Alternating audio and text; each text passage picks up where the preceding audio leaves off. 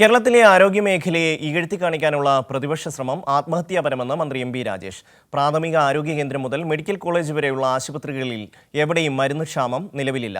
പ്രതിപക്ഷം ഉയർത്തിക്കാണിക്കുന്ന ചികിത്സാ പിഴവ് ഒറ്റപ്പെട്ട സംഭവം മാത്രമാണെന്നും ആരോഗ്യമന്ത്രിക്കു വേണ്ടി മറുപടി പറഞ്ഞ മന്ത്രി എം പി രാജേഷ് വ്യക്തമാക്കി. കോഴിക്കോട് മെഡിക്കൽ കോളേജിലെയും നെയ്യാറ്റിൻകര താലൂക്ക് ആശുപത്രിയിലെയും ചികിത്സാ പിഴവ് ആരോപണം ആവർത്തിക്കുന്നതും സംസ്ഥാനത്ത് മരുന്നുക്ഷാമമെന്ന് കുറ്റപ്പെടുത്തുന്നതുമായിരുന്നു പ്രതിപക്ഷത്തിന്റെ അടിയന്തര പ്രമേയ നോട്ടീസ്. ആരോഗ്യമേഖലയിൽ രാജ്യത്തിന് തന്നെ മാതൃകയാകുന്ന പ്രവർത്തനമാണ് കേരളം കാഴ്ചവെക്കുന്നതെന്ന് ആരോഗ്യമന്ത്രിക്ക് വേണ്ടി മറുപടി പറഞ്ഞ മന്ത്രി എം പി രാജേഷ് വ്യക്തമാക്കി. വർഷങ്ങൾക്ക് മുൻപുള്ള സംഭവങ്ങളാണ് പ്രതിപക്ഷം അടിയന്തര പ്രമേയ നോട്ടീസിൽ പറയുന്നതെന്നും മന്ത്രി കുറ്റപ്പെടുത്തി.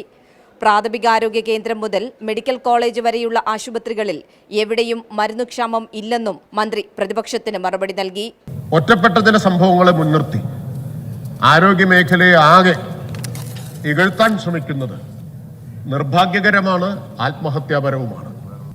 നിർഭാഗ്യവശാൽ ഈ ബഹുമാനപ്പെട്ട പ്രതിപക്ഷ അംഗം നൽകിയിട്ടുള്ള നോട്ടീസ് ഒറ്റപ്പെട്ട ചില സംഭവങ്ങളെ, അതും 2022 നടന്നൊരു സംഭവം ഉൾപ്പെടെയുള്ളവയെ മുൻനിർത്തി കേരളത്തിൻ്റെ ആരോഗ്യ മേഖലയുടെ നേട്ടങ്ങളെ മുഴുവൻ ഇകഴ്ത്താനും ആരോഗ്യ പ്രവർത്തകരുടെ ആത്മവീര്യത്തെ തളർത്താനുമൊക്കെയുള്ള ഒരു ശ്രമമായിട്ടാണ് പരിണമിക്കുന്നത്. 1870 സർക്കാർ ആശുപത്രികളിൽ ഒരു തരത്തിലുമുള്ള മരുന്ന് ദൗർലഭ്യം ഇന്ന് നേരിടുന്നില്ല. വളരെ അടിസ്ഥാനരഹിതമായിട്ടൊരു കാര്യമാണ് ഉന്നയിച്ചിട്ടുള്ളത്. KMCL വഴി 853 അവശ്യ മരുന്നുകളാണ് വിതരണം ചെയ്യുന്നത്. ഒന്നിനും ക്ഷാമം ഇപ്പോൾ നിലവിലില്ല. UDF സർക്കാരിന്റെ കാലത്തെ ചികിത്സാ പിഴവിന്റെ വാർത്തകളും മന്ത്രി നിയമസഭയിൽ ഉയർത്തിക്കാട്ടി. UDF സർക്കാരിന്റെ കാലത്തെ ഒരു പത്രത്തലക്കെട്ട് ഞാനിവിടെ വായിക്കാം. കേരളം ICUവിൽ എന്നതാണ്. കേരളം ICUവിൽ എന്നതാണ്. അപ്പം ഞാൻ പറഞ്ഞ ഈ നേട്ടങ്ങളുടെ അതാ ഞാൻ പറഞ്ഞു വരുന്നത്. വെന്റിലേറ്ററിലേക്ക് പോകാതിരുന്നത് 2016 ജനങ്ങൾ നിങ്ങളെ പുറത്താക്കിയതുകൊണ്ടാണ്. അല്ലെങ്കിൽ നിങ്ങൾ ICUവിൽ എത്തിച്ച നിങ്ങൾക്ക് അതിവേഗത്തിൽ വെന്റിലേറ്ററിൽ എത്തിക്കാൻ കഴിയുമായിരുന്നു. കഴിഞ്ഞ ഈ പറഞ്ഞ നേട്ടങ്ങളെല്ലാം ചൂണ്ടിക്കാണിക്കുന്നത് നിങ്ങൾ ICUവിലാക്കിയ കേരളത്തിലെ പൊതുജനാരോഗ്യ മേഖലയെ കേരളം ആശുപത്രി കിടക്കയിൽ നിന്ന് ഡിസ്ചാർജ് ചെയ്തു. ഈ ഗവൺമെന്റ് ആശുപത്രി കിടക്കയിൽ നിന്ന് ഡിസ്ചാർജ് ചെയ്തു.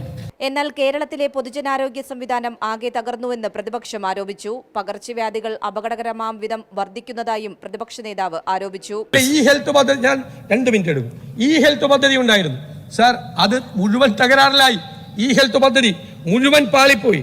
മലർന്നു കിടന്ന് തുപ്പുകയാണ് പ്രതിപക്ഷം ചെയ്യുന്നതെന്നും അതിനുള്ള മരുന്ന് നിലവിൽ കേരളത്തിലെ ആരോഗ്യ സംവിധാനത്തിൽ ഇല്ലെന്നും മന്ത്രി എം പി രാജേഷ് പ്രതിപക്ഷത്തിന് മറുപടി നൽകി. മന്ത്രിയുടെ മറുപടിയുടെ അടിസ്ഥാനത്തിൽ അടിയന്തര പ്രമേയത്തിന് സ്പീക്കർ അനുമതി നിഷേധിച്ചു. ഇതിൽ പ്രതിഷേധിച്ച് പ്രതിപക്ഷം സഭയിൽ നിന്നും ഇറങ്ങിപ്പോയി. കൈരളി ന്യൂസ്, തിരുവനന്തപുരം.